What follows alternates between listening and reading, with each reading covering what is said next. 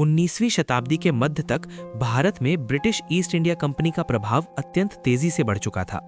प्रारंभ में ये कंपनी केवल व्यापार करने के उद्देश्य से भारत आई थी, लेकिन धीरे धीरे उसने भारतीय राज्यों की राजनीति में हस्तक्षेप करना शुरू कर दिया।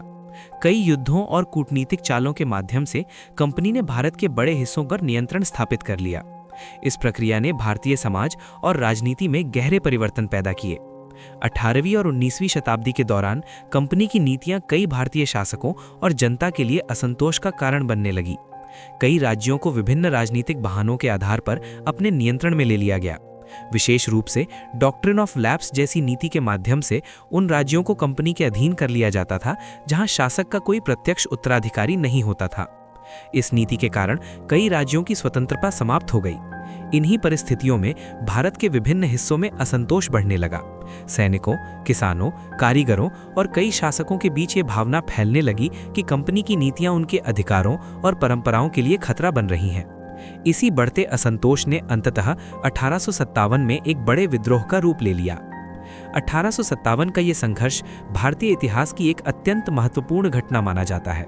इसे कई इतिहासकार इंडियन रिबेलियन ऑफ 1857 के नाम से जानते हैं।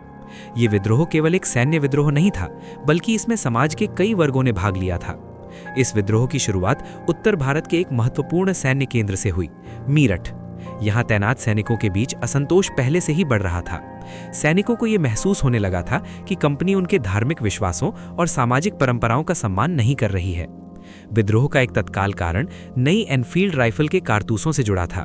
सैनिकों के बीच ये धारणा फैल गई कि इन कारतूसों पर गाय और सूअर की चर्बी लगी हुई है। चूंकि इन कारतूसों को उपयोग करने से पहले मुंह से काटना पड़ता था, इसलिए यह बात हिंदू और मुस्लिम दोनों सैनिकों के लिए अत्यंत संवेदनशील थी। इस घटना ने पहले से मौजूद असंतोष को अचानक विस्फोटक बना दिया। सैनिकों ने विद्रोह कर दिया और मीरठ से यह आंदोलन तेजी से फैलने लगा। विद्रोही सैनिक दिल्ली की ओर बढ़े, जहां उस समय मुगल साम्राज्य के अंतिम सम्राट बहादुर शाह जफर रहते थे। दिल्ली पहुंचकर विद्रोहियों ने बहादुर शाह जफर को इस संघर्ष का प्रतीकात्मक नेता घोषित कर दिया। इस निर्णय का उद्देश्य ये दिखाना था कि ये केवल सैनिकों का विद्रोह नहीं है, बल्कि ये विदेशी शासन के विरुद्ध एक व्यापक राजनीतिक संघर्ष है। दिल्ली विद्रोह का एक प्रमुख केंद्र बन गया और वहां से विद्रोह की लहर उत्तर भारत के कई क्षेत्रों में फैलने लगी। धीरे धीरे ये आंदोलन कानपुर, झांसी, लखनऊ और कई अन्य क्षेत्रों तक पहुंच गया। इन स्थानों पर स्थानीय शासकों और नेताओं ने भी इस संघर्ष में भाग लेना शुरू कर दिया। कानपुर में इस आंदोलन का नेतृत्व नाना साहेब ने किया। वे पहले पेशवा बाजीराव द्वितीय के दत्तक पुत्र थे और ब्रिटिश शासन से अत्यंत असंतुष्ट थे। उन्होंने कानपुर को विद्रोह का एक महत्वपूर्ण केंद्र बना दिया। इसी प्रकार झांसी में इस संघर्ष का नेतृत्व अत्यंत साहसी और प्रसिद्ध रानी लक्ष्मीबाई ने किया। ब्रिटिश शासन की नीतियों के कारण उनका राज्य छीन लिया गया था, इसलिए जब विद्रोह शुरू हुआ तो उन्होंने पूरे साहस और दृढ़ता के साथ इस संघर्ष में भाग लिया। झांसी का किला इस आंदोलन का एक महत्वपूर्ण केंद्र बन गया। लखनऊ में भी विद्रोह ने एक शक्तिशाली रूप धारण किया।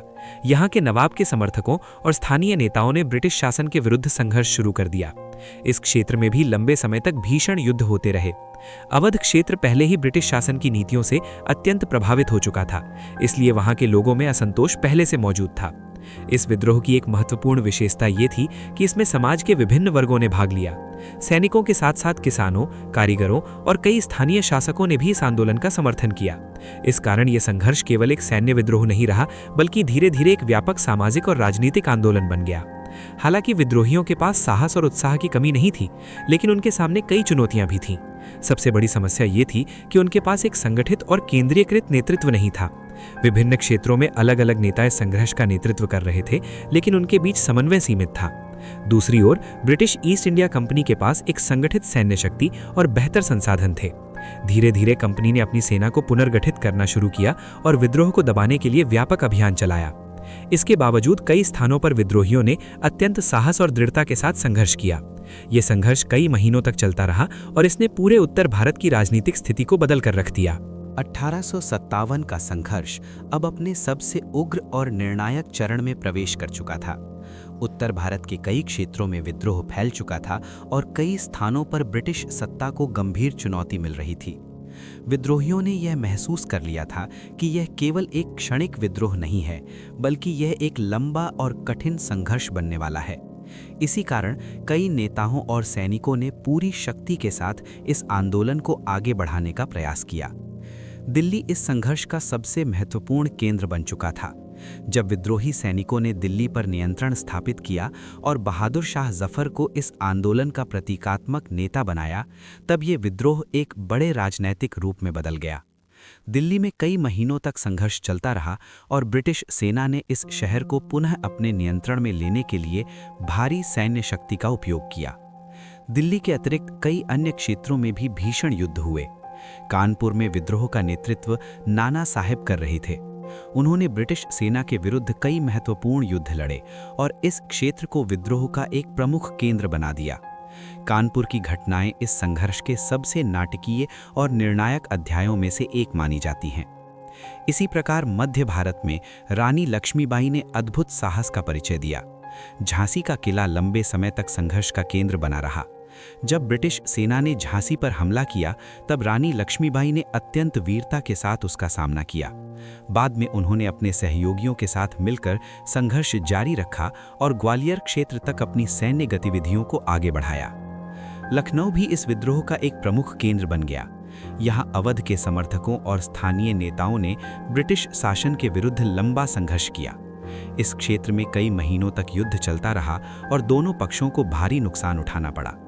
लखनऊ का संघर्ष इस आंदोलन की व्यापकता और तीव्रता को दर्शाता है। हालांकि विद्रोहियों के पास साहस और जन समर्थन की कमी नहीं थी, लेकिन उनकी सबसे बड़ी कमजोरी संगठन की कमी थी। विभिन्न क्षेत्रों में अलग अलग नेता इस संघर्ष का नेतृत्व कर रहे थे, लेकिन उनके बीच एक समन्वित रणनीति का अभाव था। इसके विपरीत ब्रिटिश ईस्ट इंडिया कंपनी के पास एक संगठित सेना, बेहतर हथियार और मजबूत प्रशासनिक व्यवस्था थी। धीरे धीरे ब्रिटिश सेना ने अपनी शक्ति को पुनः संगठित किया और विद्रोह को दबाने के लिए बड़े पैमाने पर सैन्य अभियान शुरू किए। कई महत्वपूर्ण शहरों और किलों पर पुनः नियंत्रण स्थापित कर लिया गया। इसके साथ ही विद्रोहियों की स्थिति धीरे धीरे कमजोर होने लगी। फिर भी कई नेता और सैनिक अंतिम समय तक संघर्ष करते रहे। यह संघर्ष केवल राजनीतिक शक्ति के लिए नहीं था, बल्कि आत्मसम्मान और स्वतंत्रता की भावना से प्रेरित था। इस कारण 1857 का आंदोलन भारतीय इतिहास में एक अत्यंत महत्वपूर्ण अध्याय बन गया। अब ये संघर्ष अपने अंतिम चरण की ओर बढ़ रहा था। कई प्रमुख केंद्रों पर विद्रोह कमजोर पड़ने लगा था और ब्रिटिश सेना धीरे धीरे नियंत्रण स्थापित कर रही थी। 1857 का संघर्ष अब अपने अंतिम चरण में पहुंच चुका था। कई महीनों तक चले युद्ध, विद्रोह और राजनीतिक उथल-पुथल के बाद धीरे धीरे विद्रोहियों की स्थिति कमजोर होने लगी। ब्रिटिश सेना ने अपने संसाधनों और संगठनात्मक शक्ति का उपयोग करते हुए एक-एक करके उन क्षेत्रों पर पुनः नियंत्रण स्थापित करना शुरू कर दिया जहां विद्रोहियों ने सत्ता संभाल ली थी। यह संघर्ष अत्यंत कठोर था और इसके परिणाम ने भारत के भविष्य की दिशा को गहराई से प्रभावित किया। सबसे पहले ब्रिटिश सेना ने उस स्थान को लक्ष्य बनाया जहां से विद्रोह को सबसे बड़ा प्रतीकात्मक समर्थन मिला था, दिल्ली। कई महीनों के संघर्ष के बाद ब्रिटिश सेना ने दिल्ली पर पुनः नियंत्रण स्थापित कर लिया। इसके साथ ही इस आंदोलन के प्रतीकात्मक नेता बहादुर शाह जफर को गिरफ्तार कर लिया गया। बाद में उन्हें भारत से दूर निर्वासन में भेज दिया गया। इस घटना ने मुगल साम्राज्य के अंतिम अध्याय को भी समाप्त कर दिया। दिल्ली के बाद ब्रिटिश सेना ने अन्य प्रमुख विद्रोही केंद्रों की ओर ध्यान दिया। कानपुर में भीषण संघर्ष हुआ, जहां विद्रोह का नेतृत्व नाना साहेब कर रहे थे।